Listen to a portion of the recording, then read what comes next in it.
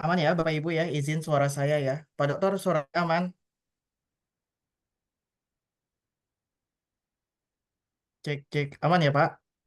Ada suara Aman, tidak Pak? aman. Bapak Ibu izin, mohon maaf ya, khawatir tidak stabil, saya minta tim yang di Jakarta juga stay ya, berada di Zoom. Khawatirnya sinyalnya tuh jumping ya, karena saat ini saya sedang di Medan ya, di support sinyal Wi-Fi-nya.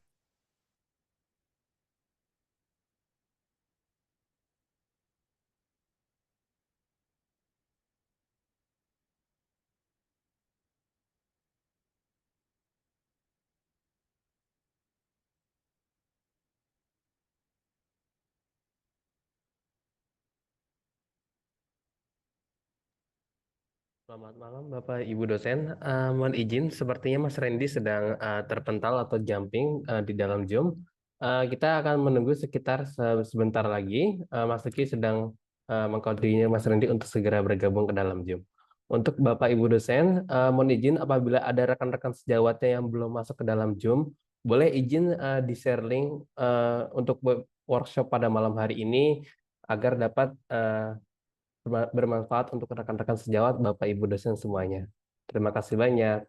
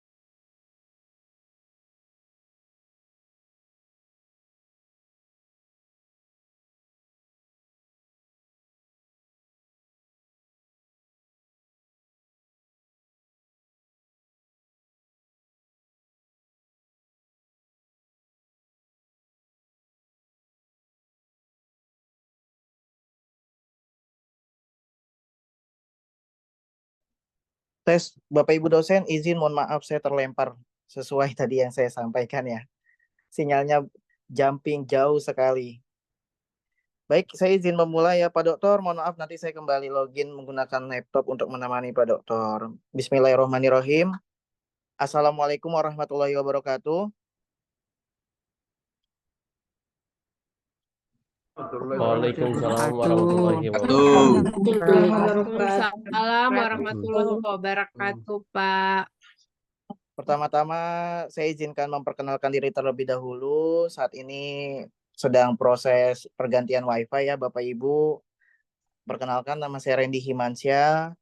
Saya salah satu tim dari Mahakarya Citra Utama dan pada kesempatan hari ini saya berkesempatan untuk mengadakan sebuah kegiatan yang luar biasa di mana kegiatan ini memang sudah lama direncanakan juga, yaitu terkait workshop OSCE Bapak Ibu ya, sehingga kita semua satu Indonesia bisa belajar terkait bagaimana penulisan, bagaimana menulis yang benar ya, dan juga bisa nantinya menjadi penguji yang luar biasa untuk institusi Bapak Ibu maupun di luar dari institusi Bapak Ibu ya. Saya Randy Mansyah, mohon maaf sekali lagi di awal kurang menyenangkan karena terkait sinyal, namun tidak menghilangkan rasa semangat saya selaku panitia.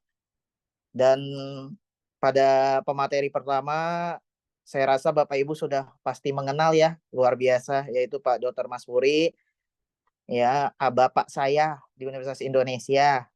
Ya, jadi Bapak Ibu mohon untuk share ini, link ini boleh di-share ke rekan-rekan dosen seinstitusinya, karena saya lihat ini dari Aceh sampai Papua pendaftarnya ya, bisa menyentuh 1.000 seharusnya ya.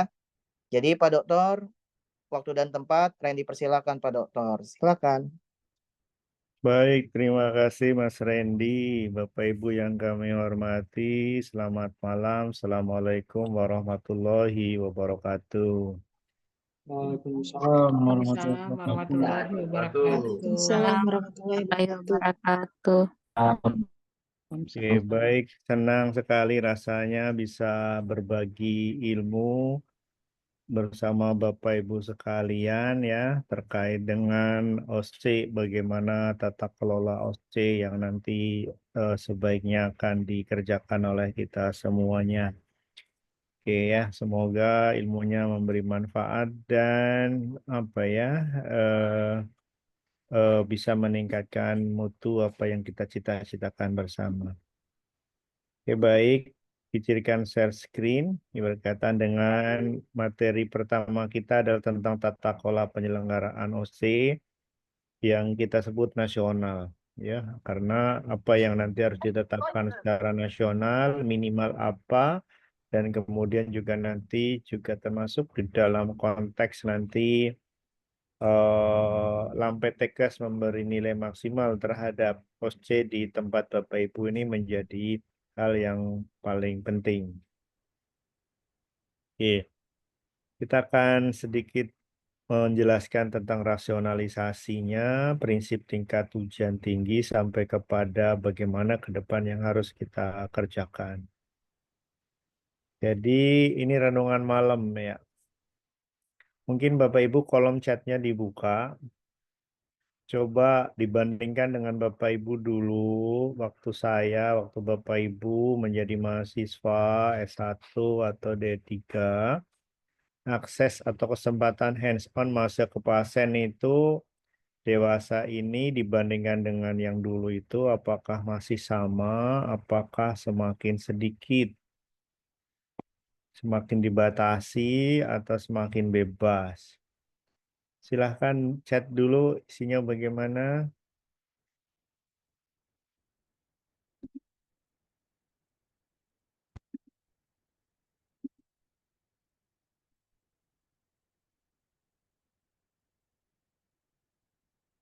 Oke ya, jadi semakin dibatasi kalau kita lihat ya, jadi semakin terbatas ya. Jadi ini yang kita hadapi. Jadi memang semakin dibatasi karena memang tuntutan terhadap patient safety, customer satisfaction dan macam-macam itu makin tinggi, termasuk juga kesadaran pasien tentang hak-hak dirinya itu di rumah sakit juga makin eh, makin sedikit. Nah, terus kemudian sehingga keberanian rumah sakit untuk memberikan akses kepada anak-anak kita, perawat masa depan itu juga semakin dibatasi.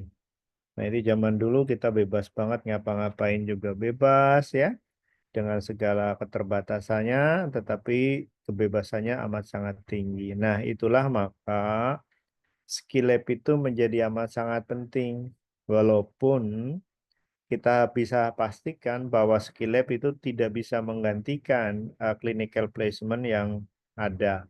Makanya ini juga di dalam konteks Merdeka Belajar dan Kampus Merdeka, salah satu yang sebenarnya sudah ada link and match dengan industri, dengan rumah sakit, dengan berbagai macam tatanan pelayanan kesehatan itu adalah kesehatan, sehingga tidak kena kewajiban magang dan macam-macam yang berkaitan dengan aturan Merdeka Belajar dan Kampus Merdeka. Oke, nah kita harus melihat ini ya, bahwa kalau kita lihat bahwa kita harus salah satunya harus melakukan bagaimana implementasi standar kompetensi ya, dan kemudian masuk ke dalam berbagai macam kurikulum kita. Nah, kalau kita lihat di dalam standar itu ada elemen-elemen tugas ya. Di dalam elemen-elemen tugas itu nanti ada uraian keterampilan. Di dalam keterampilan itu atau namanya kita sebut sebagai task itu nanti akan ada elemen pengetahuan, teoritis, praktis, dan prosedural serta afektif. Nah, disinilah yang kemudian ini akan menjadi bahan bagaimana kemudian diolah untuk menjadi salah satu soal yang kita sebut sebagai performance based assessment. Kalau kita lihat di dalam taksonomi tentang assessment, minimum ada dua kategori, performance based assessment dan cognitive based assessment. Nah, salah satu kemudian yang sedang berkembang adalah di Indonesia adalah OSCE. Salah satu kemudian yang berkembang di dalam OSCE itu adalah juga standardized patient. Ya, di luar negeri juga banyak simulation sudah mulai banyak dikembangkan. Indonesia juga akan mengarah ke hal yang ke arah sana tentang assessment-assessment di tingkat advance. Di dalam konteks cognitive base, salah satu yang itu adalah ada dua kategori multiple respon dan single respon untuk MCQ untuk pilihan ganda, tapi juga ada hal-hal yang lain sifatnya constructive respon. Constructive respon berkembang dalam bentuk tugas-tugas, tetapi kalau kemudian yang multiple yang respon tes yang bentuknya adalah MCQ dengan berbagai macam variasinya berkembang sampai kepada ujian-ujian nasional dan di luar negeri di Indonesia juga berkembang menjadi uji-uji yang kita sebut sebagai licensing examination. Nah, di sini fungsi-fungsi standar itu di dalam konteksnya makanya kita harus membuat matching, melakukan penyetaraan, melakukan kalibrasi karena apa yang dibuat di dalam standar profesi, standar kompetensi itu nanti akan digunakan oleh pemerintah dalam pemberian standar, kewenangan, penilaian angka kredit, fungsi manajemen, penerimaan, penugasan klinis. Nanti anak-anak kita dikasih penugasan klinis apa pada kali pertama, pada tahun pertama, 3 bulan pertama, atau nanti setelah sekian lama akan mendapatkan apa, termasuk penilaian kerja. Dan kemudian di dalam fungsi pendidikan tentunya adalah berkaitan dengan kurikulum, pengajaran, dan asesmennya. Nah, sekarang kemudian ada terbit Undang-Undang 3638 yang terbaru juga adalah Undang-Undang 17. Intinya juga dalam kesemua undang-undang ini, maaf belum direvisi, adalah bahwa ke semua undang-undang itu adalah memberikan amanatnya, penekanannya pada patient safety. Yang kedua adalah status mereka mahasiswa. Berbeda dengan berbagai macam peraturan yang berkaitan dengan licensing examination itu adalah setelah mereka graduated, setelah mereka lulus. Nah, untuk di Indonesia berbeda, mereka itu cenderung pada saat menjadi mahasiswa. Dan kemudian Permen 2 2020 juga Permendikbud itu malah memberikan satu ketentuan-ketentuan yang lebih ketat lagi, di mana itu pada akhir masa pendidikan itu dimaknai sebagai tidak bisa mengakhiri atau diwisuda pendidikannya manakala belum lulus uji kompetensi atau disebut sebagai exit exam. Nah, oke. Nah, ini kalau kita lihat sejarahnya itu luar biasa, di mana salah satu dulu memang kita mengerti tentang universal health coverage, juga angka kematian ibu, angka kematian bayi, dan kemudian muncul stunting. Itu kemudian ada upaya dari pemerintah, ya, waktu itu melalui proyek HAPEC itu untuk meningkatkan mutu. Nah, pada saat itu juga kita lakukan tentang bagaimana akhirnya tentang studi, bagaimana yang akhirnya menemukan bahwa disparitas mutu pendidikan prodi kesehatan waktu itu adalah perawat dan bidan, itu sangat tinggi.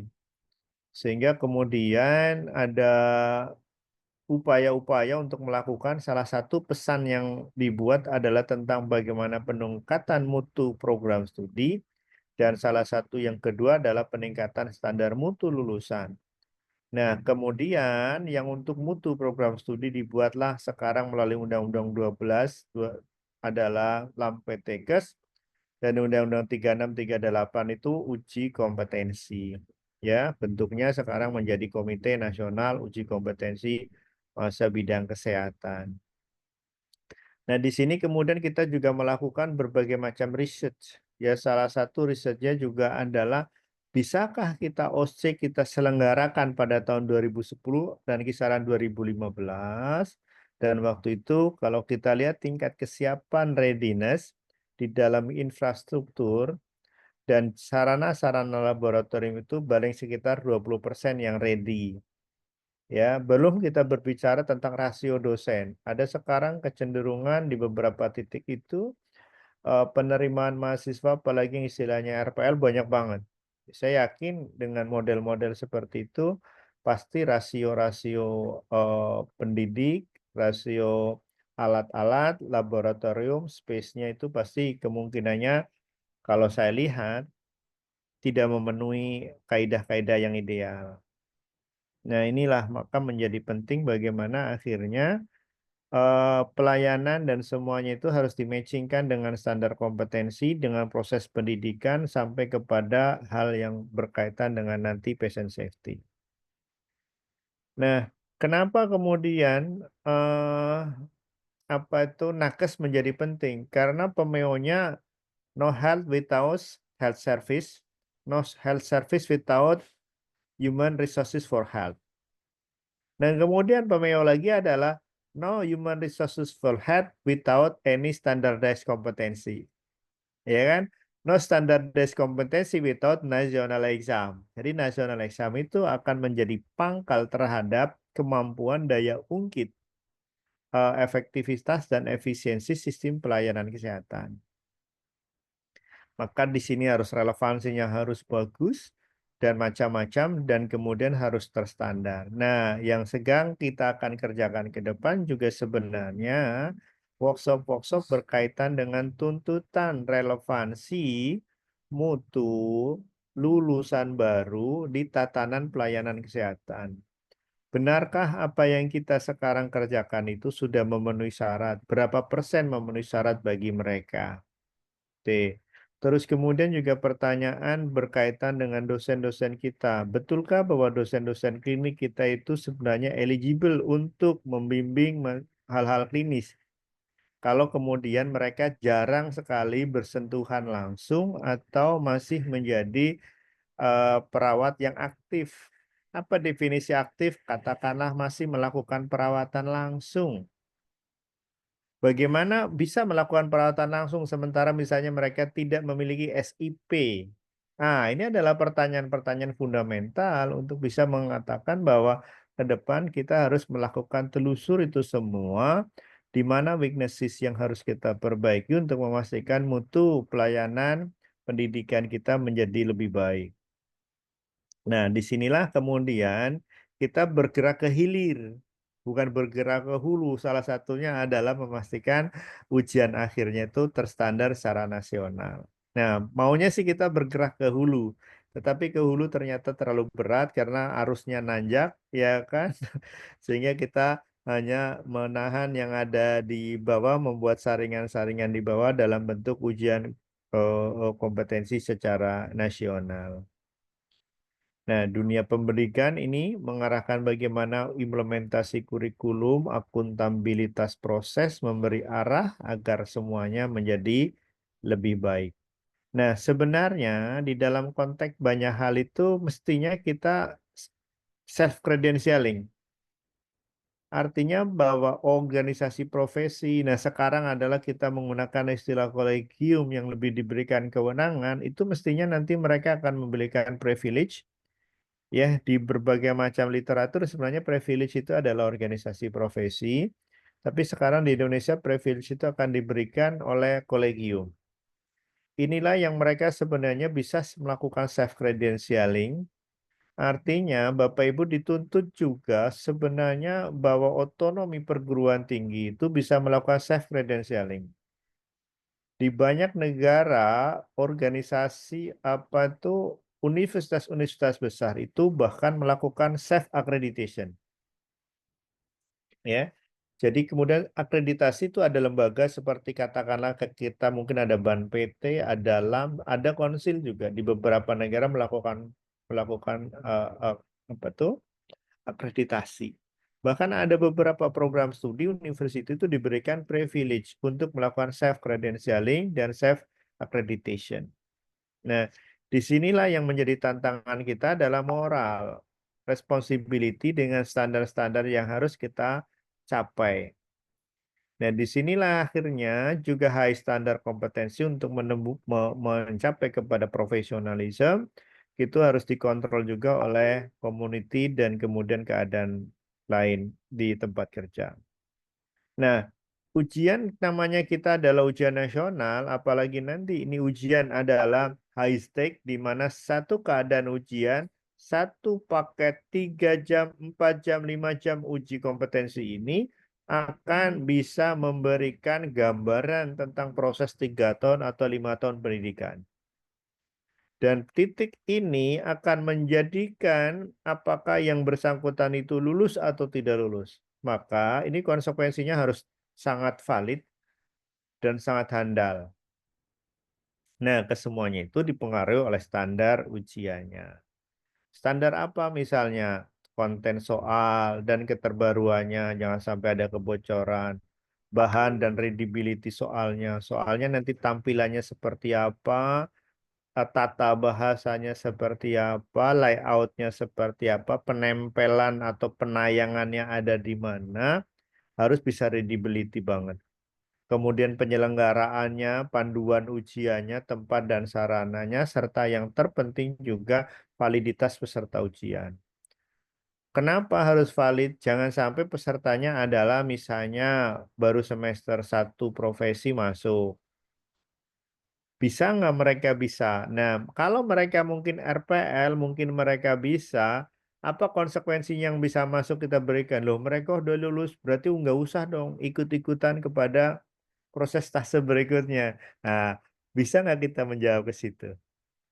Seandainya itu terjadi, rusak kita, ya kan? Makanya validitas peserta dengan syarat-syarat administrasinya harus kuat.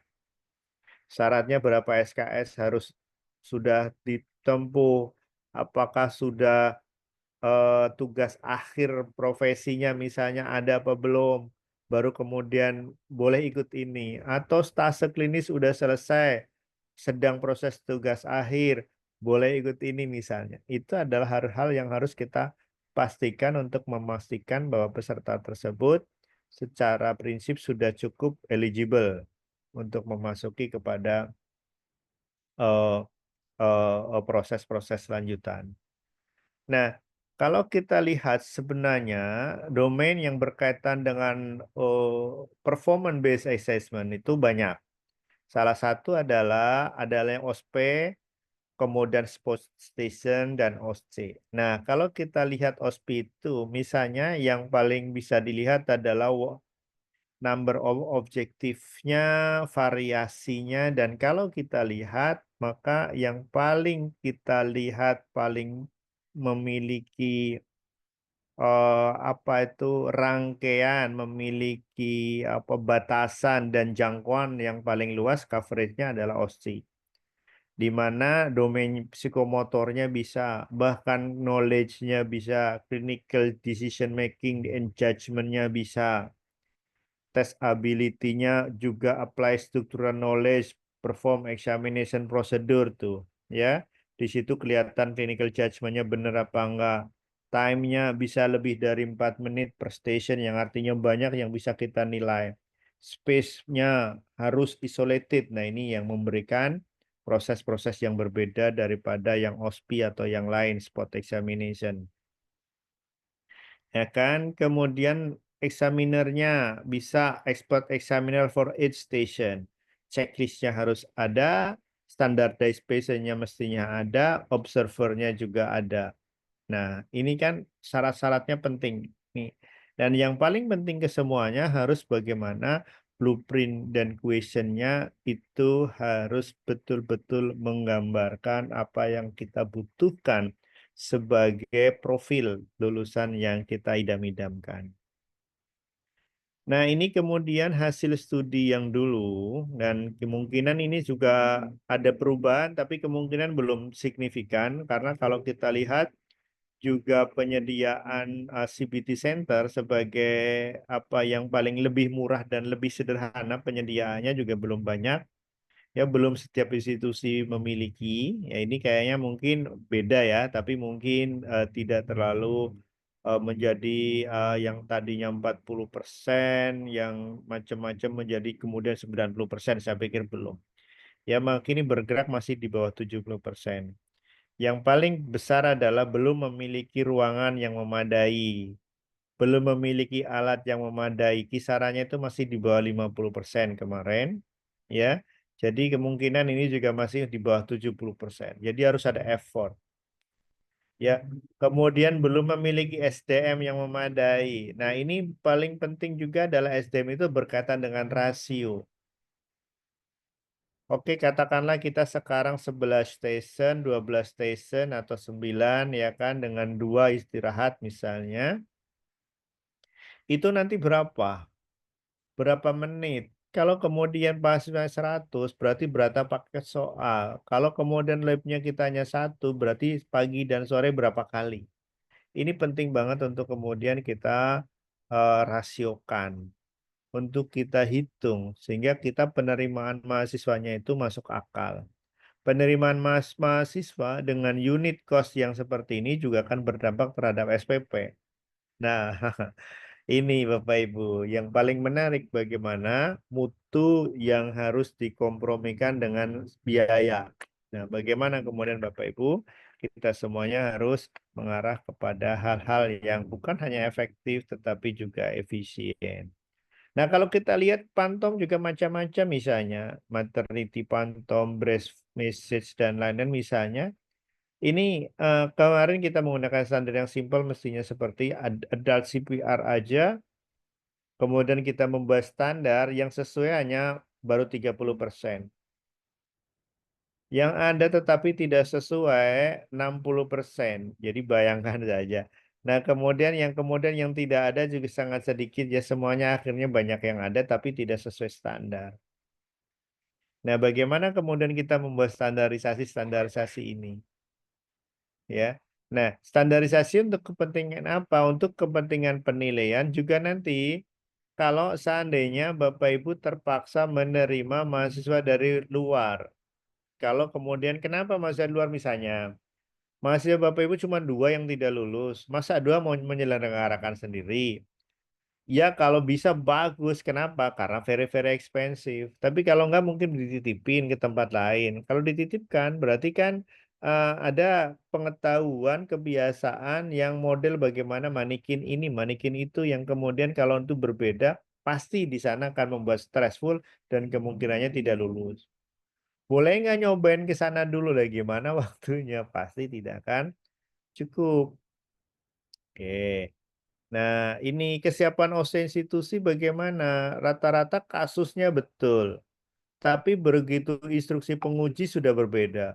Begitu petunjuk observer lebih beda lagi, petunjuk pasien simulasi lebih beda lagi. Nah, akhirnya jadi yang rata-rata semua sudah pakai kasus, tetapi bagaimana variasi terhadap penyelenggaraan itu semuanya berbeda-beda. Nah, termasuk kemudian apa aja prosedural yang paling banyak, ya.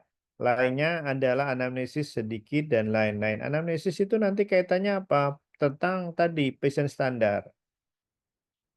Pencase-nya rata-rata juga sedikit ya, tapi ya oke, yang ini udah bagus adalah bagaimana prosedural klinikal yang harus dilakukan. Nah, kenapa kemudian kita harus mendorong OSCE? OSCE itu bagus, improve clinical skill, safe learning konteksnya bisa kita atur, bisa berulang-ulang, safe learning-nya juga bagus, confident-nya makin oke, improve teaching-nya juga. Artinya ini sebagai assessment harus memiliki educational impact. Cuman masalahnya adalah high ongoing cost, tesnya tinggi, cost-nya tinggi. Kadang-kadang mengatakan kontroversi, valid nggak, reliable nggak, kan masih dinilai sama orang. Ya, menjadi valid, menjadi reliable, manakala kemudian kita menggunakan standar nilainya bukan berdasarkan saya saja, tapi station 1 dinilai oleh saya, dinilai oleh yang lain, dinilai yang lain, dinilai yang lain, berbagai macam, kemudian dijadikan 1. Nah, kemudian itulah yang akan menjadi batas nilai standarnya atau NBL-nya. Terus kemudian bagaimana kan saya mungkin subjektif, apa ya semuanya subjektif kan ada yang objektif kan kemudian kalau saya satu subjektif ada station lain yang kemudian objektif nilainya dikumulatifkan kan tetap aja bahwa saya sebagai satu akan kalah. Jadi intinya adalah upaya-upaya bagaimana untuk melakukan standarisasi. Salah satunya adalah pembuatan rubrik yang bagus, soal-soal yang terstandar. Lack of holistic nursing evaluation, yes, ini memang betul. Jadi ini yang paling tidak bisa kita capai di dalam OSCE adalah tidak holistik.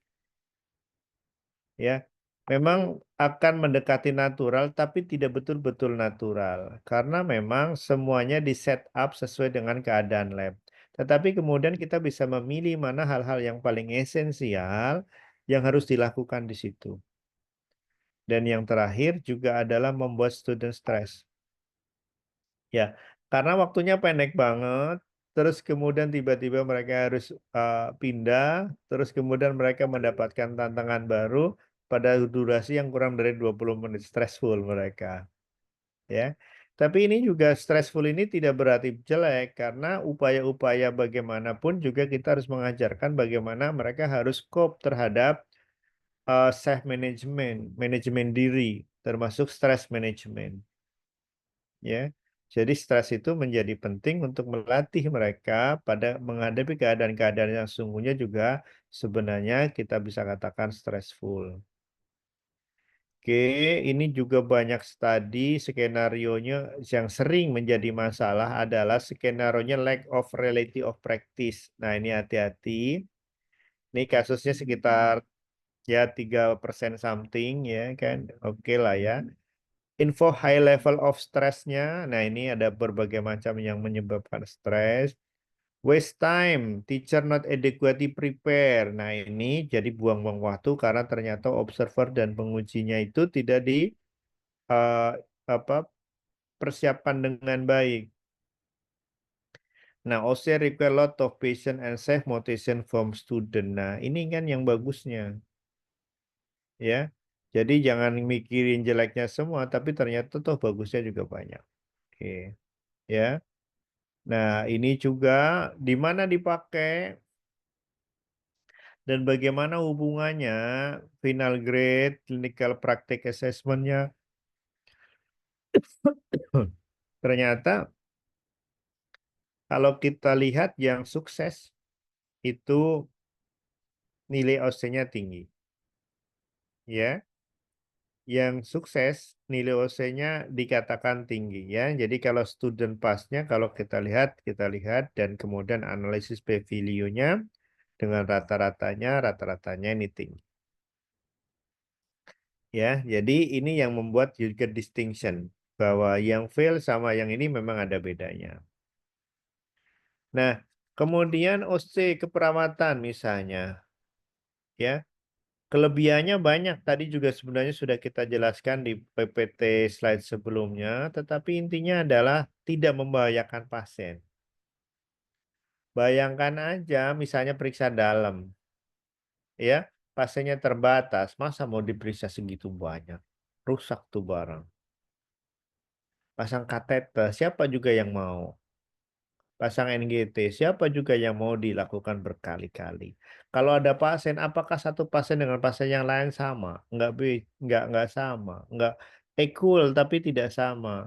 Di dalam konteks bagaimana secara psikologisnya beda, dan kemudian secara anatominya juga tidak sama.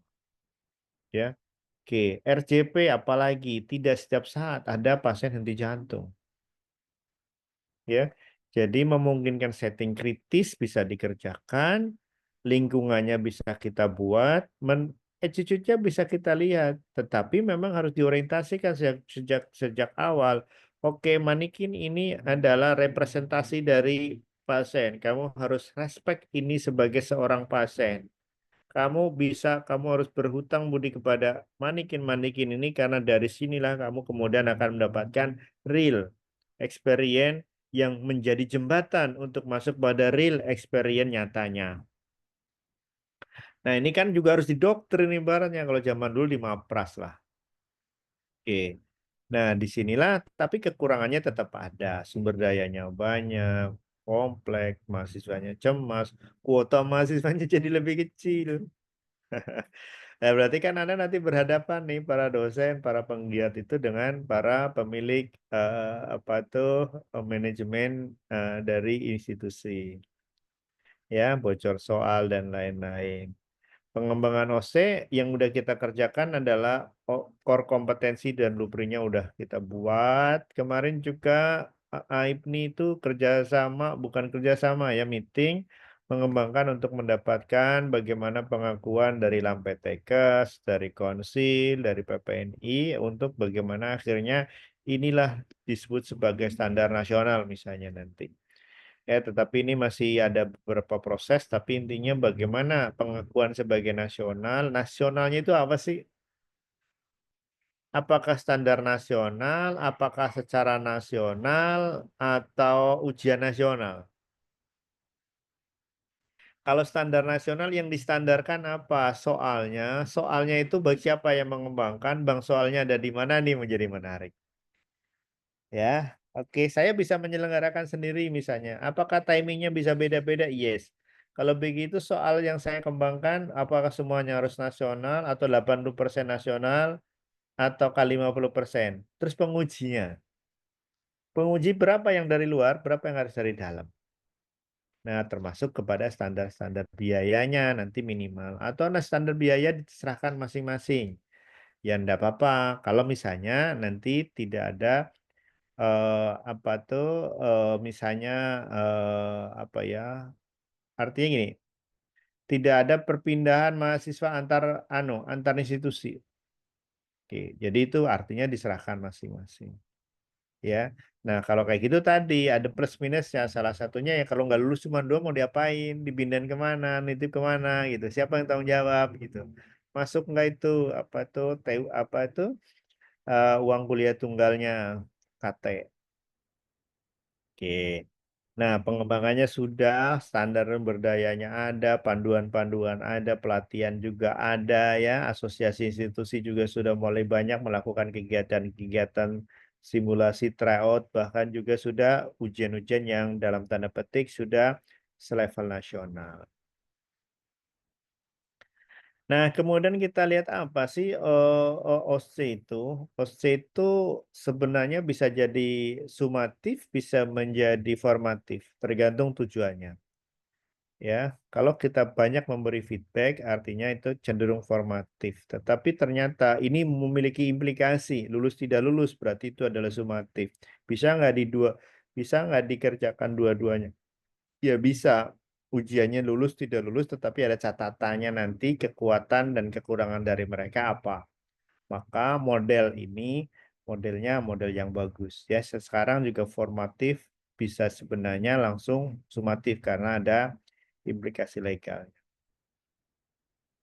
Kenapa disebut sebagai objektif? Karena semua kandidat dihadapkan dengan stimulus yang sama.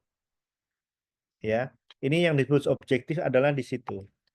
Ya, jadi nggak tadi yang saya katakan pasien itu nggak bisa disamakan. Makanya pasien pun yang namanya pasien galak, pasien bawel, pasien stres, pasien apa itu disimulasikan sebagai tadi apa itu pasien simulator, pasien simulasi. Atau standardized client, standardized patient. Karena kecongkakannya, ke kecemasannya, kebawelannya itu distandardize. Ya kan? Oke. Nah, kemudian terstruktur. Nah, kenapa? Karena ada ujian-ujiannya terstruktur, waktunya, jenis stationnya, semuanya itu diatur. Ya, dan clinical examination karena apa? Karena semuanya akan mengarah kepada clinical examination yang artinya mendekati keadaan real. Ya. Oke. Bagaimana kemudian ini berjalan? Ya. Bagaimana kemudian ini berjalan ya? Misalnya yang paling penting adalah ini sistematik. Ini sistem menguji secara objektif Bentuknya apa? Rotasi. Waktunya apa? Tertentu. Berapa waktu yang akan dibuat? 15 menit kah? 20 menit kah? Ya. Kemudian ada tugas yang harus dijawab dan didemonstrasikan. Demonstrasi dalam bentuk menulis boleh, tapi jangan banyak-banyak. Menjawab oral boleh, jangan banyak-banyak, kecuali bahwa cara menjawab itu akan dinilai. Dan kemudian melakukan demonstrasi something. Do something, masang kateter, mencabut kateter, melepas balutan, memasang balutan, dan lain-lain. Ya, dan kemudian situasinya dibuat sebagai simulasi yang kira-kira mendekati keadaan nyata. Nah, bagaimana kalau ini dijadikan nasional tata kelolanya? Ya silahkan saja. Di mana nasional itu nanti tanggung jawabnya apa aja. Tadi makanya, apakah waktunya menjadi waktu yang sama?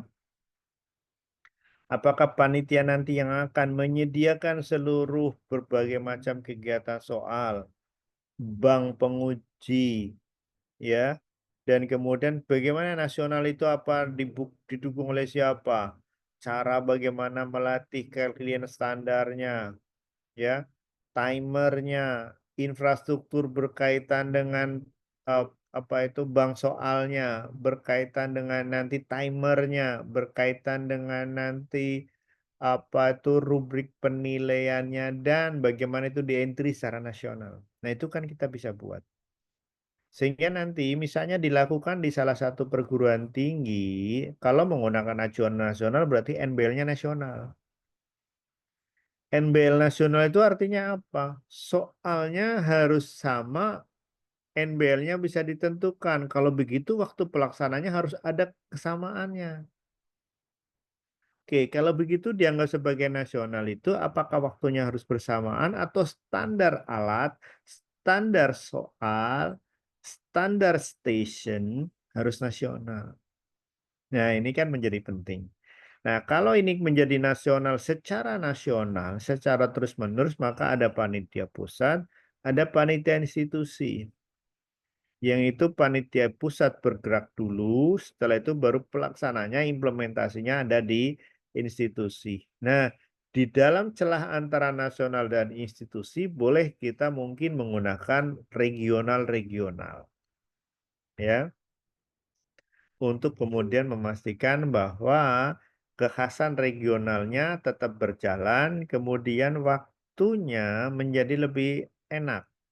Karena ada di sana udah selesai, di sini belum, okelah kerjakan dulu. Tetapi minimal berarti kalau begitu, standar yang bisa kita akan masukkan sebagai standar nasional, nilainya station itu berapa prodi. Nah, ini juga menarik.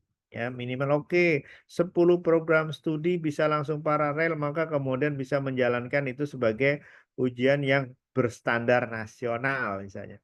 Nah, itu kan keren. Nah, itu yang sedang kita bahas betul ya, untuk kemudian menjadi buku panduan yang nanti bisa mendapatkan grading dan pengakuan nasional dari Lampetekes. Nah, kalau untuk jadi ujian nasional yang meluluskan ini, kemungkinan masih ada beberapa tahapan lagi, tetapi kalau kita udah dapat angka dari Lampetekes bahwa yang rata-ratanya udah bagus, kayaknya ini harus didorong ya untuk menjadi ujian yang betul-betul bagian dari ujian nasional ya. Sehingga yang namanya IPK 60% itu bisa digantikan nanti. OSCE 60%. Nah, kayak gitu ya, keren. Nah, ini beberapa panduan yang sudah dibikin dan dalam pembuatan sekarang juga adalah panduan OSCE keperawatan yang 4 buku ini dijadikan satu. Ya, ini kalau ini adalah para penyusunnya, salah satunya saya ada 25 orang yang waktu itu menyusun 4 buku ini.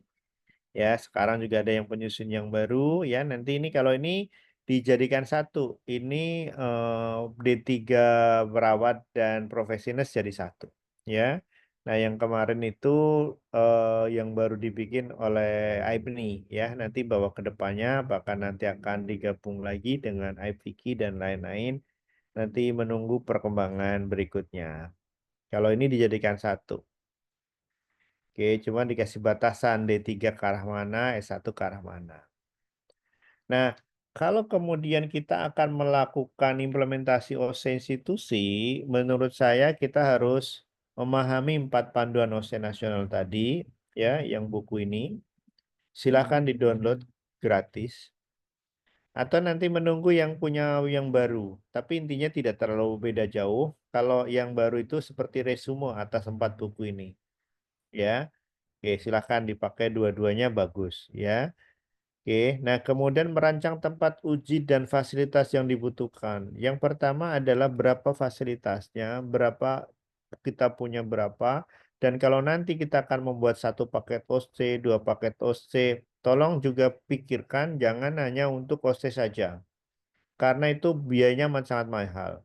Bagaimana bahwa sehari-hari ruangan-ruangan itu bisa dimanfaatkan. Ya, mungkin pantomnya bisa dimanfaatkan. Saya pernah datang kepada satu institusi di mana pantomnya itu ditutup rapat seperti dengan selimut yang bagus banget dan saya yakin ini nggak pernah dipakai kecuali untuk OC, untuk ujian finalnya. Aduh, menurut saya terlalu ekspensif. Ya, kemudian pengembangan soal nanti semuanya juga harus dilatih bagaimana penulisannya, reviewnya kepada panelnya. Melatih penguji dan tim mendukung, ini harus rutin, mempersiapkan station berdasarkan soal, menempatkan soal, setting manekin, setting ruangan, setting klien standar jika diperlukan, ujian sesuai jadwal, nilai batas lulus, dan review pelaksanaannya untuk dilaporkan kepada pimpinan. Nah, ini juga nanti menjadi penting. Nah, kalau ini misalnya katakanlah, bahwa apa standar nasional adalah jumlah station dengan tatanan-tatanan station. Itu keren. Soalnya dengan template seperti itu, minimal 2 station diamati oleh atau dinilai oleh penguji luar. Ini keren. Ya kan? Karena apa? Walaupun ini nilainya tidak dikatakan ini OSCE, terus terang itu lebih mudah lulus daripada ujian CBT, ya kan? Tetapi ini memiliki impact education yang tinggi. Salah satunya tadi sarananya menjadi lebih bagus, ya kan?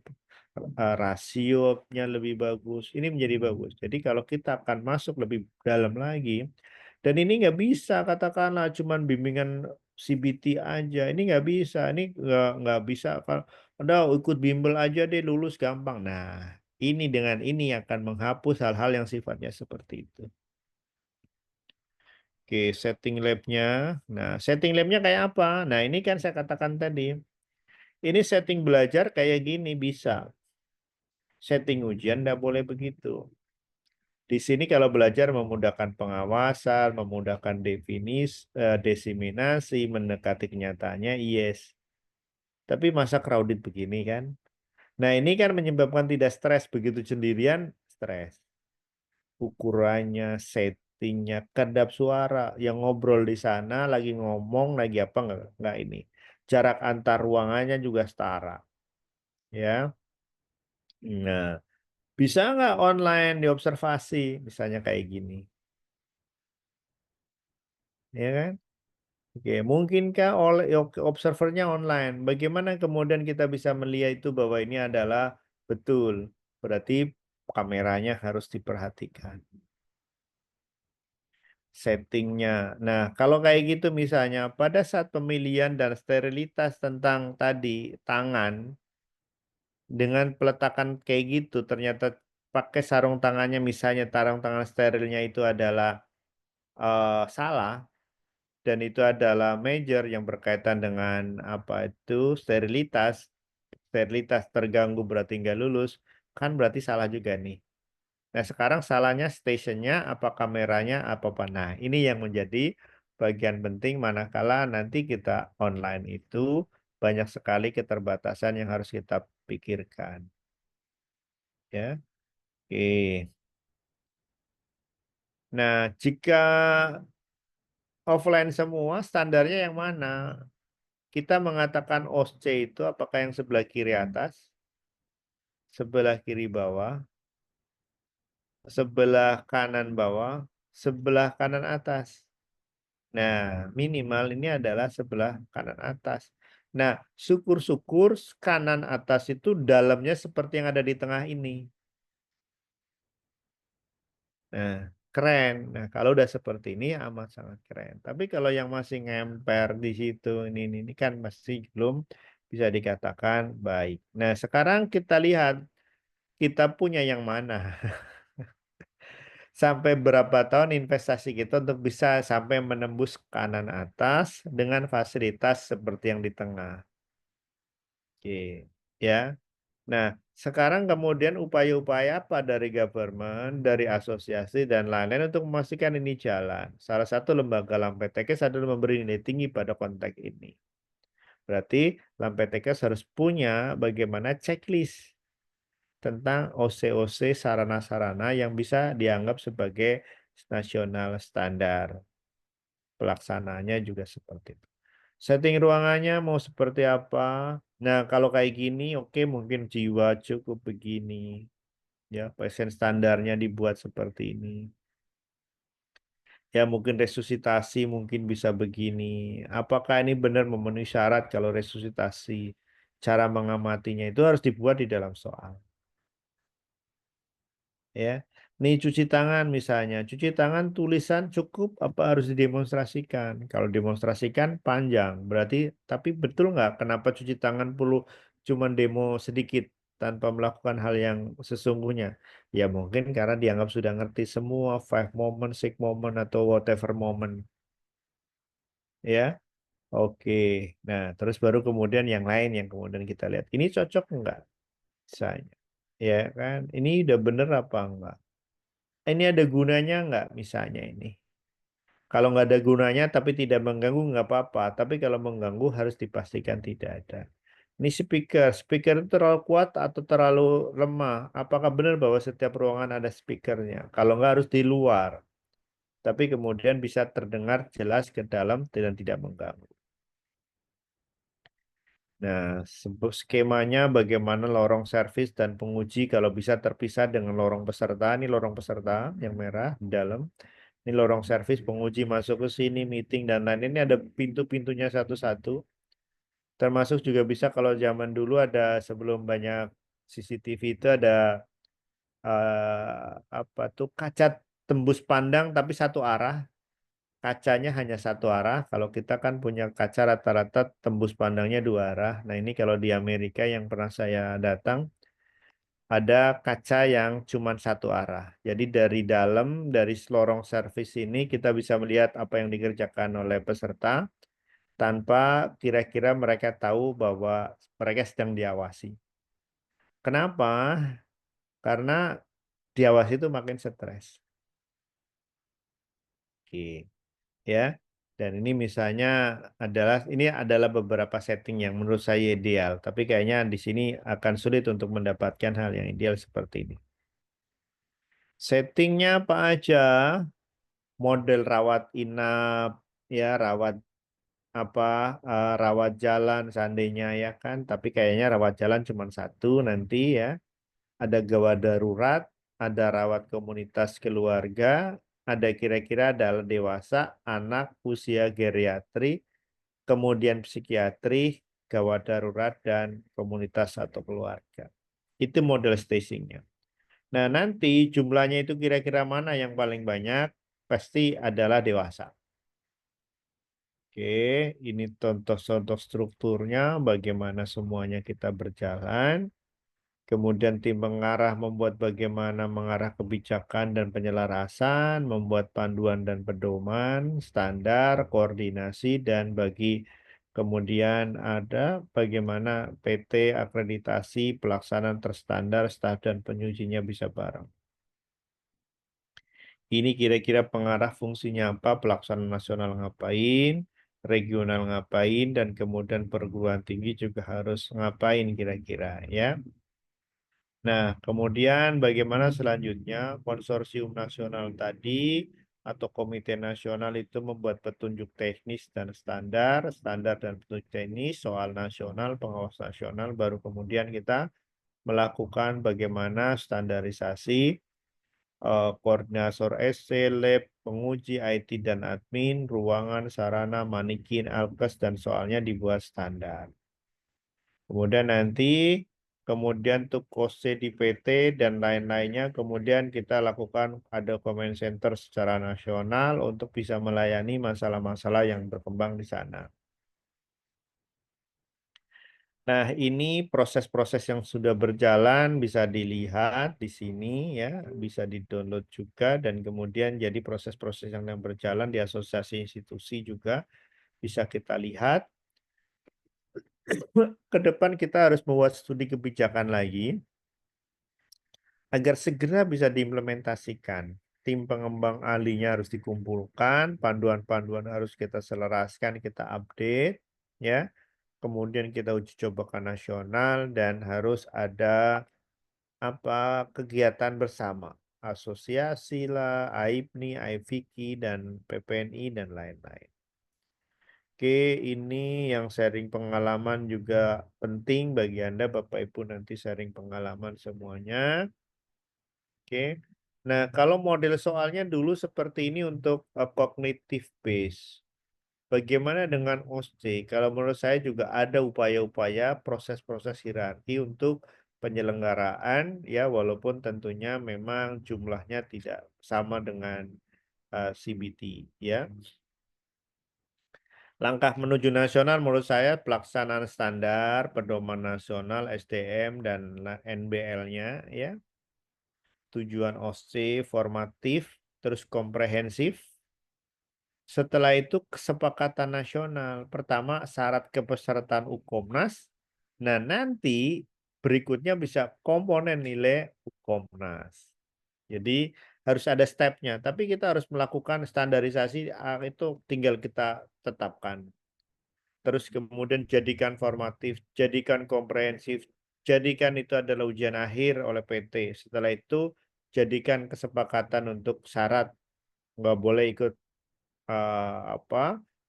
UKOMNAS kalau tidak ikut OSCENAS ya gitu. Nah setelah itu muncul baru masuk kepada komponen nilai UKOMNAS.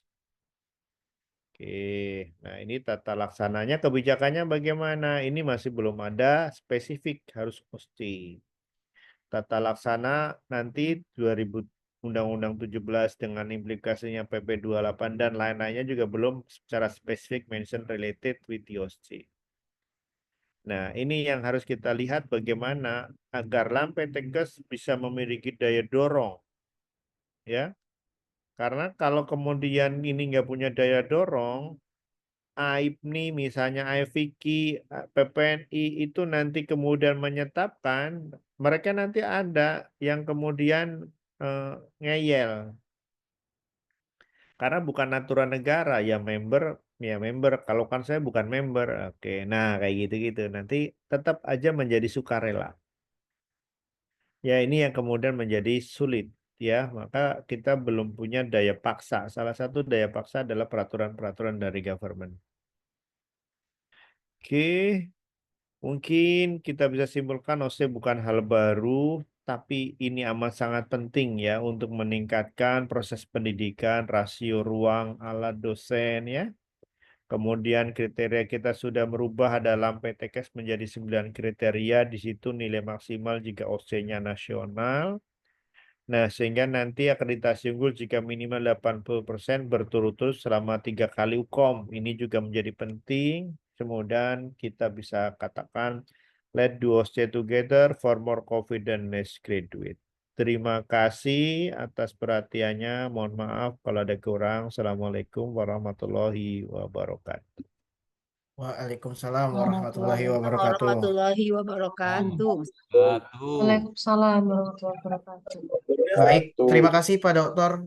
Ya, mungkin Bapak Ibu tadi ada yang mau bertanya ya. Saya lihat jika saya kasih waktu 5 menit ya Bapak Ibu ya. Sesi untuk tanya jawab, silakan memperkenalkan diri beserta institusinya. Silakan. Sudah boleh menyalakan mikrofonnya Bapak Ibu. Saya Mas Randy. Silakan Ibu. Terima kasih atas kesempatan diberikan. Saya Diana Stiorini dari Poltekkes Kemenkes Surabaya.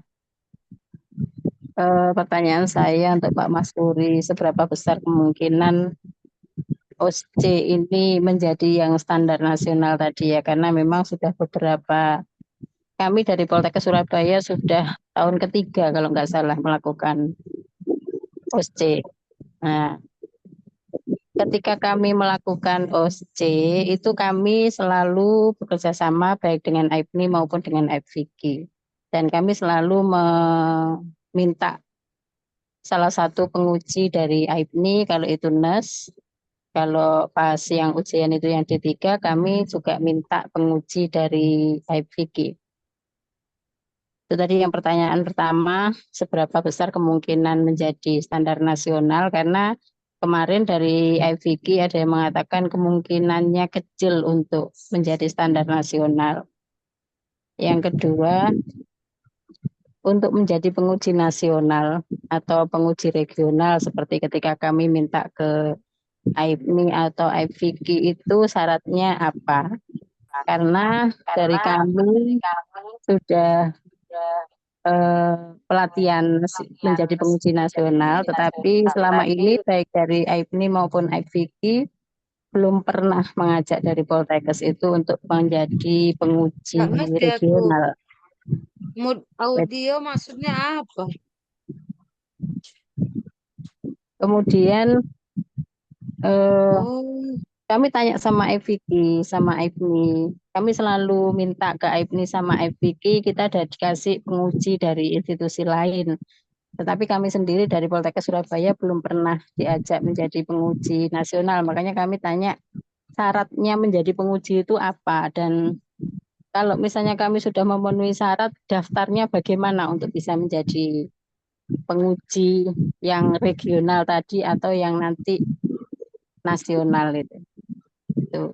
Kemudian pertanyaan yang ketiga, di dalam penilaian LAMPTEKES itu kan di luaran itu sudah ada OSCE, apakah itu berstandar nasional atau baru lokal? Karena kalau sampai sekarang ya standar nasional itu belum berjalan, itu merugikan institusi yang dinilai, karena kami melaksanakan sudah minta penguji dari AIPNI dan AIPVIKI, tetapi kami masih dianggap itu lokal karena memang standar nasional kan belum ada, sehingga walaupun kami sudah berusaha sebaik mungkin, nilai kami tetap maksimal 3, tidak bisa menjadi 4. Itu Pak Mas Puri. Terima kasih.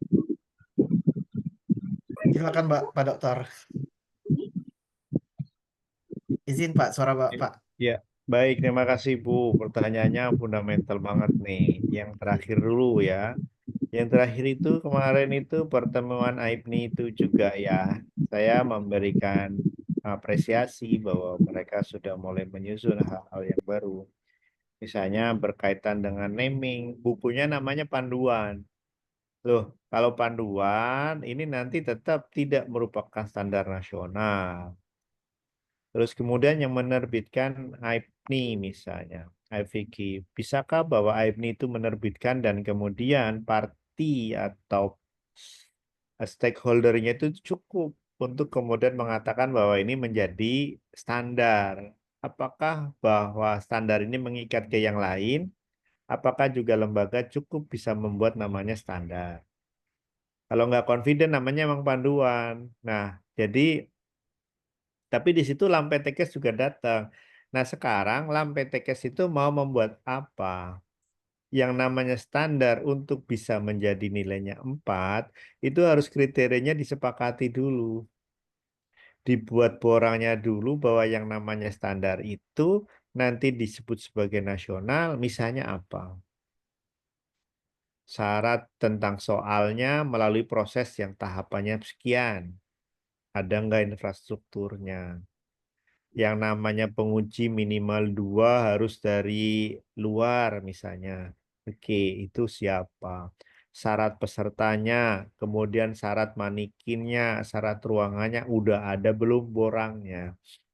Nah, itu memang juga kalau kita lihat belum berhasil membuat seperti itu. Jadi memang dikatakan lama, memang betul. Jadi kemungkinannya ini lama. Nah, yang saya ingin dorong adalah mereka oke OC nasional itu kalau pakai begitu berarti Bapak Ibu memang dorongannya adalah ayo menyemangati teman-teman semuanya untuk kemudian memberlakukan ini sebagai nasional. Jadi Bapak Ibu, ini penting mendorong Lampetekes, penting mendorong teman-teman yang lain untuk kemudian menjadi komunitas untuk membuat perubahan secara nasional.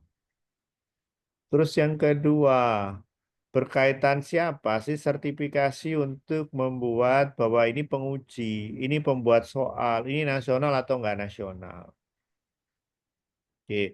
Kalau ibu minta ke institusi tertentu dikasih, tetapi kemudian ibu tidak pernah diundang. Tapi ibu berharap tentang bahwa ini akan dianggap sebagai nasional. Nah, ini kan bertepuk sebelah tangan. Jadi ya monggo. Artinya bahwa nanti apakah ibu membuat jaringan sendiri ya yang lebih bagus, yang terstandar untuk kemudian apa tuh menyelenggarakan exchange berkaitan dengan apa itu tadi nasional atau melalui kolegium. Nah, karena sekarang pengujinya kan kolegium. Berarti ibu meminta kepada kolegium. Oke, nah itu mungkin lebih baik. Nah, kolegium juga harus nanti membuat aturan. Oke, yang terakhir yang berkaitan dengan ini sertifikasi dari mana yang kemudian mengatakan bahwa kalau penggak sertifikasi ini nggak bisa jadi ujian nasional. Nah, ini nanti ini juga harus diangkat di tingkat tinggi bahwa oke, mestinya nanti kayak semacam menjadi pelataran. Semua orang yang berkaitan dengan ini ada di pelataran itu yang memberikan sertifikat adalah pemerintah. Nah, kalau itu bisa diperjuangkan nanti menjadi lebih bagus. Jadi nggak, oke kalau lo nggak ikut pelatihan sama gue ya gue nggak pernah selamanya gue catet gitu kan. Nah ini kan merugikan. Jadi persaingannya tidak sehat.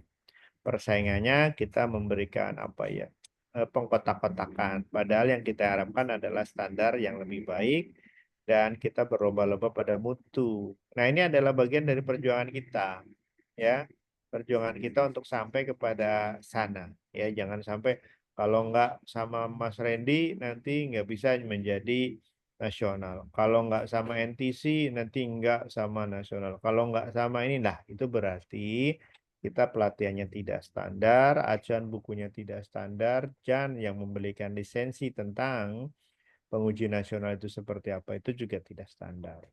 Nah, itu yang harus kita perbaiki semua secara sistem, ya. Oke, nanti kalau saya diberikan amanah ke sana nanti saya atur. Tapi karena sekarang belum ada amanah ya nanti tapi Bapak Ibu bisa bergerilya sendiri untuk kemudian membuat apa social force ya yang konstruktif untuk ini bisa diselenggarakan karena ini adalah tanggung jawab moral yang luar biasa untuk mengarah kepada hal-hal yang lebih baik. Ya. Jangan sampai ibaratnya kita melahirkan anak-anak kita yang apa ya anak-anak yang stunting ya sekarang ya stunting kompetensinya gitu ya karena tidak punya akses terhadap pendidikan yang baik tidak difasilitasi gizi pendidikannya dengan baik clinical placement-nya juga gizinya kurang kita menghasilkan generasi-generasi yang eh, kompetensinya stunting mungkin gitu Mas Randy Bu semoga bisa menjawab ya Bu. Semoga bisa menjawab Terima ya, kasih. Bu Diana.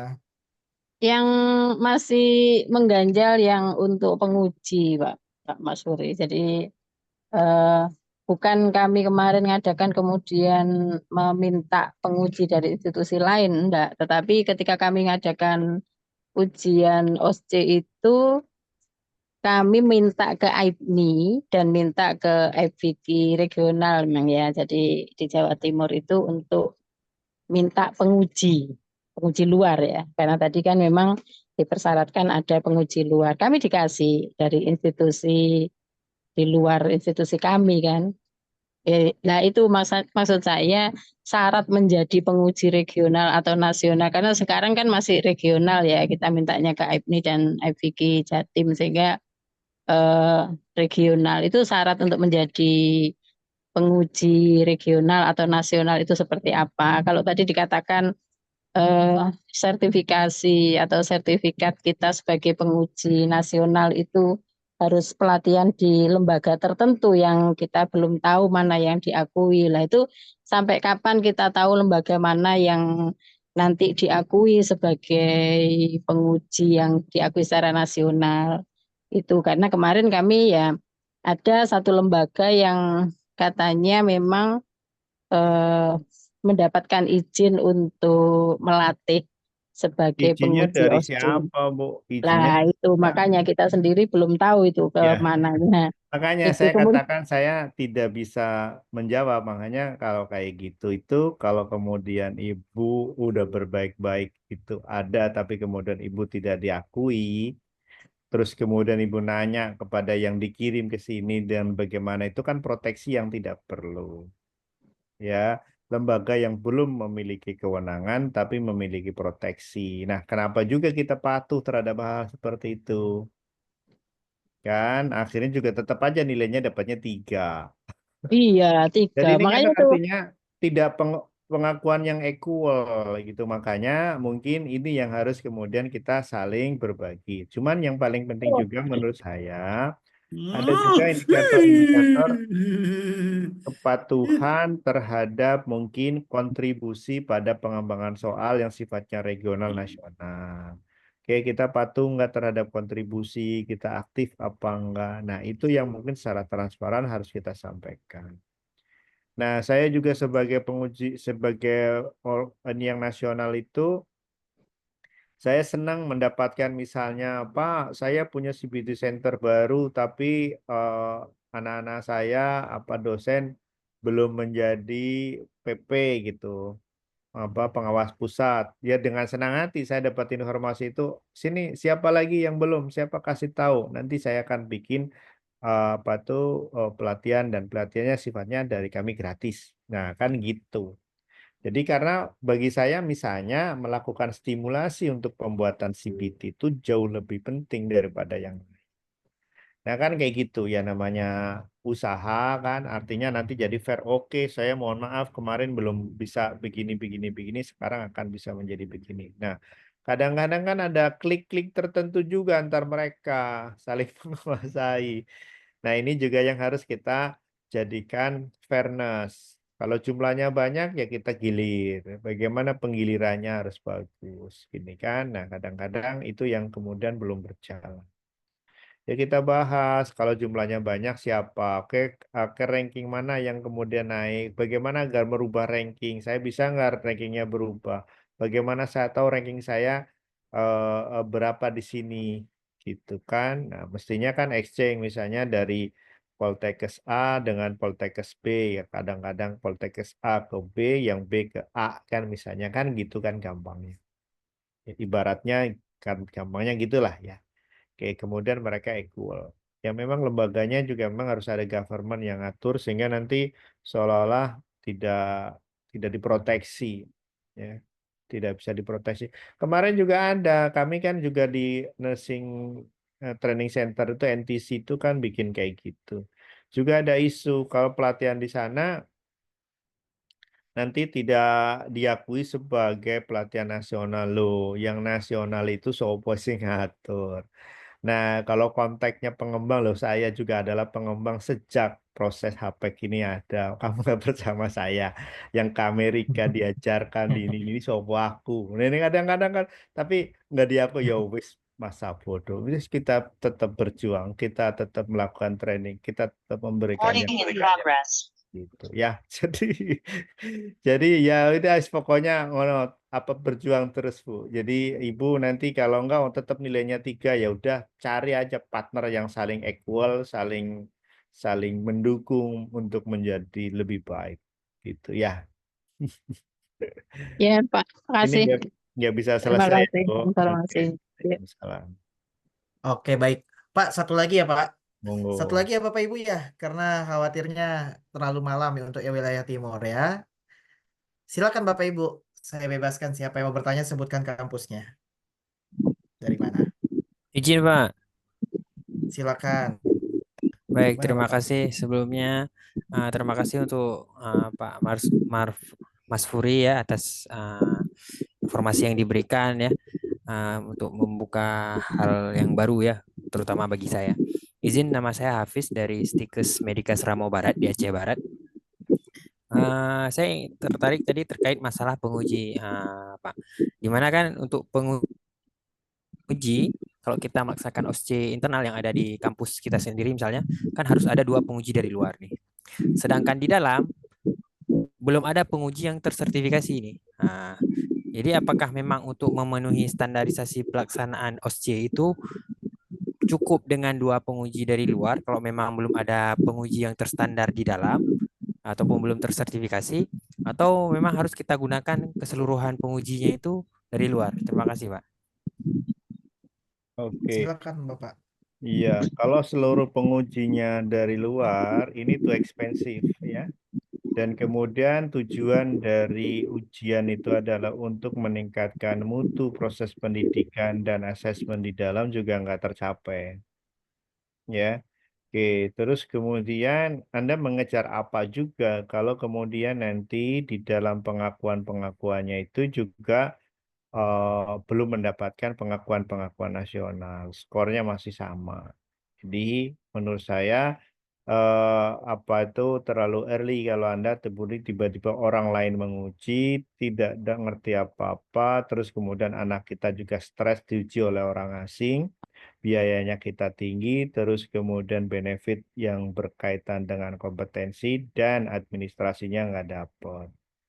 Jadi menurut saya sih fokusnya Anda harus melakukan sertifikasi kepada staf internal dulu, jangan mengejar gelar apa itu status administrasi yang tidak memberi impact terlalu tinggi terhadap proses-proses keseluruhan pendidikannya.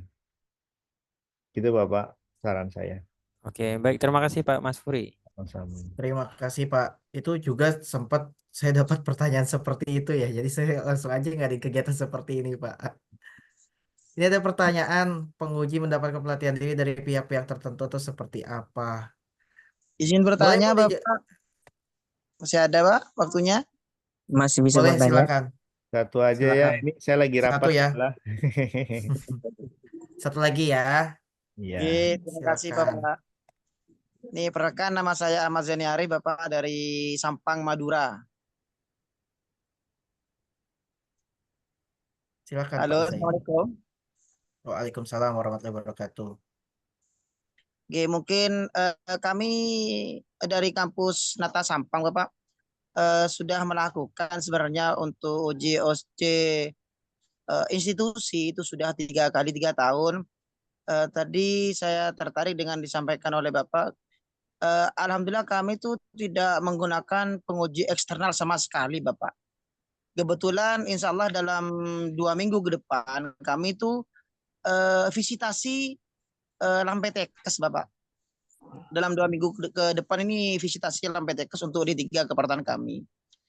Kebetulan kami juga sudah melakukan OSCE institusi selama 3 tahun berturut-turut dan tidak menggunakan penguji eksternal.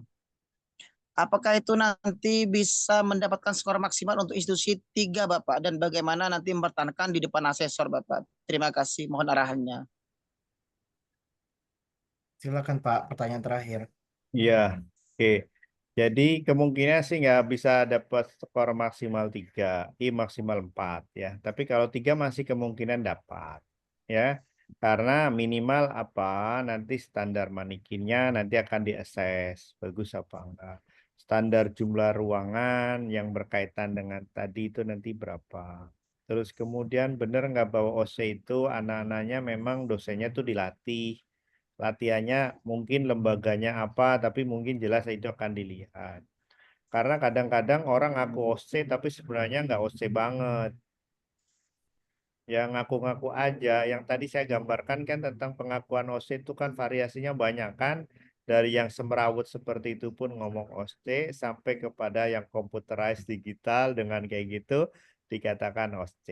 Jadi pengakuan-pengakuan itu yang nanti semua orang bisa ngaku saya OC. Iya, coba dilihat dulu kayaknya OC-nya kayak apa. Soalnya kayak apa, rubriknya seperti apa. Nah, soalnya Bapak berapa lembar, Pak? Satu soal OC? Satu soal OSCE 3 lembar, Bapak, untuk soalnya. Salah itu. Ya artinya kurang lengkap. Soal OC itu bisa 10 lembar, Pak. Satu station. Oh, Ya makanya nanti ikut sama Mas Randy pelatihan membuat soal. jadi Ya. kami Iya, kemarin besok. ikut pelatihan di apa yang mengadakan itu lupa sudah Pak. Intinya bukan APNI Bapak, tapi ada sebagian teman-teman yang memang ikut APNI. Iya, ya nggak Iya. apa-apa. Tapi intinya soalnya tuh panjang. Jadi ada instruksi penguji, instruksi peserta, instruksi laboran, instruksi mana lagi. Kalau ada pasien standar, nanti pelatihan pasien standar, itu baru instruksi-instruksi.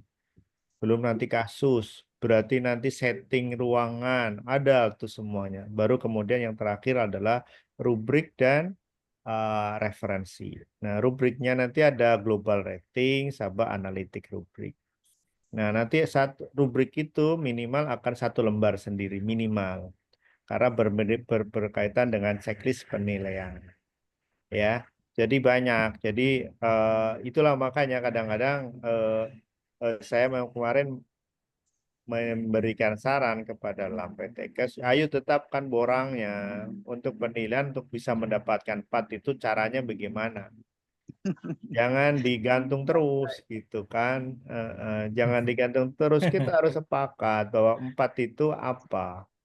Kalau nggak minimal 4, bolehlah 3,5 kan, misalnya 3,8. Tapi proporsi maksimal itu harus apa? Salah satunya ada juga adalah, kenapa sih ada, kira-kira pertanyaannya kan menarik, kenapa sih harus ada penguji eksternal? Kan gitu.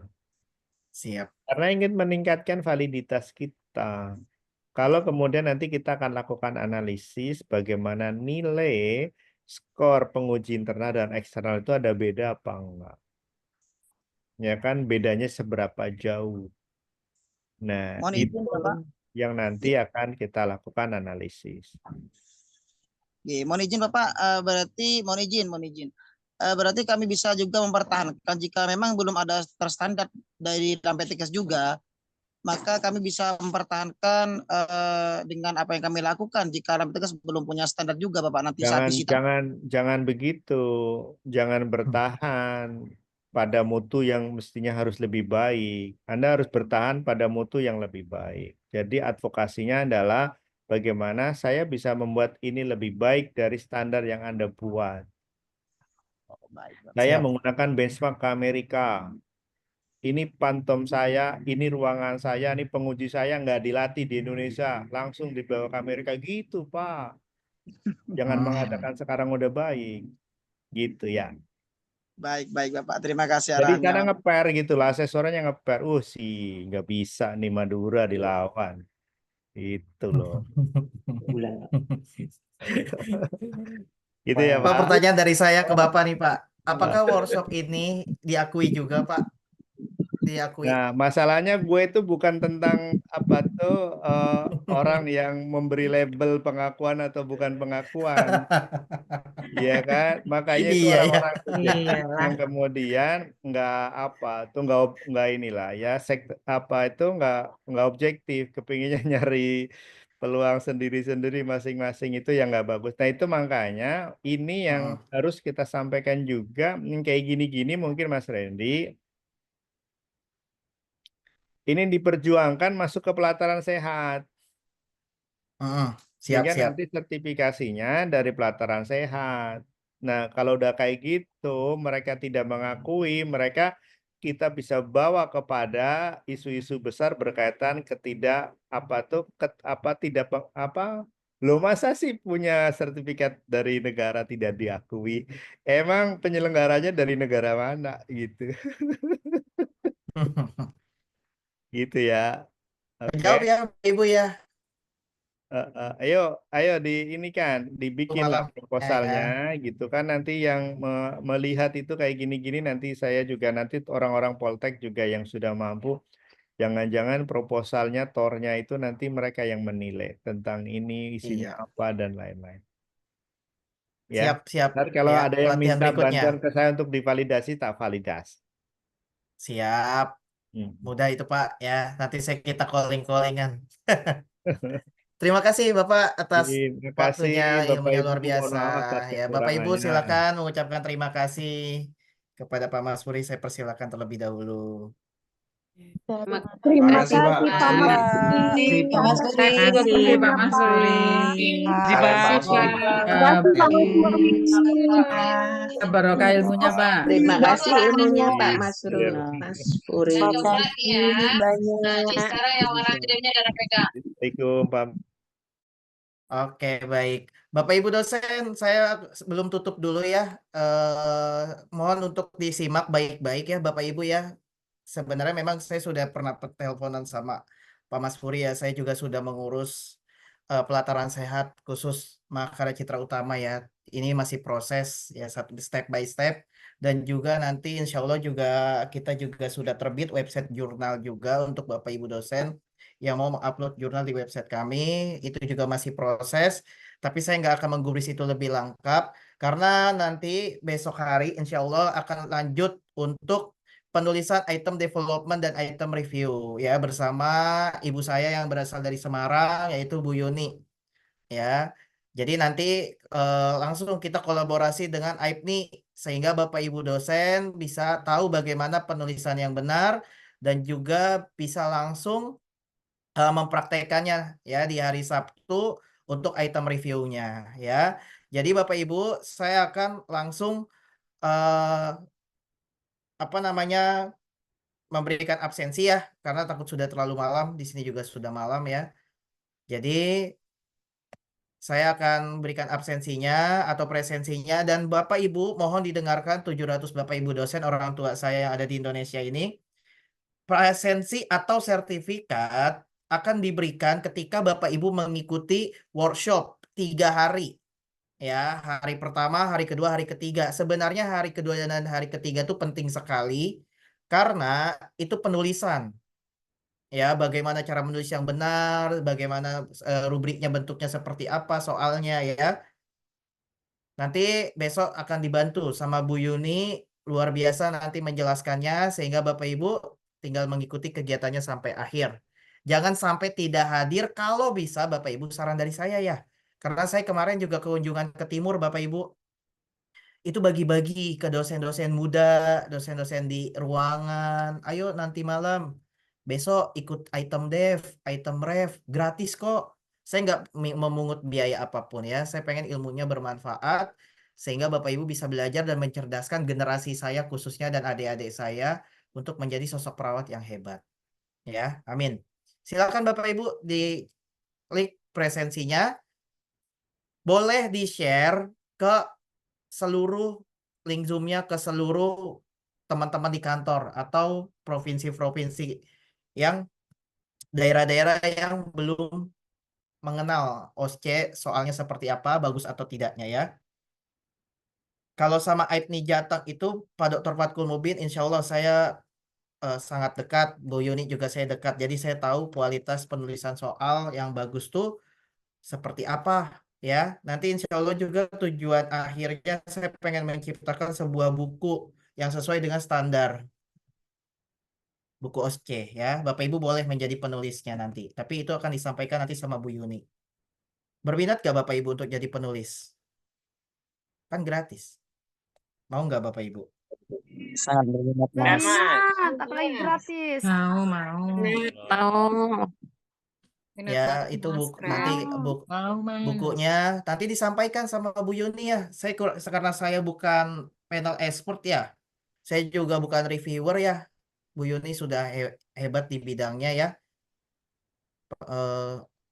OSCE untuk AIPNI Jateng. Saya udah berkali-kali ikut kegiatan di Jateng Bapak Ibu. Jadi untuk Bapak Ibu dosen Jateng mungkin pernah lihat saya ya.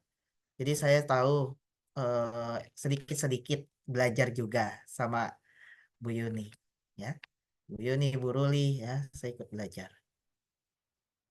Silakan presensinya diisi Bapak Ibu. Yang besok tidak datang atau di hari ketiga tidak datang nggak akan dapat sertifikat ya. Saya sudah notice ini di record juga.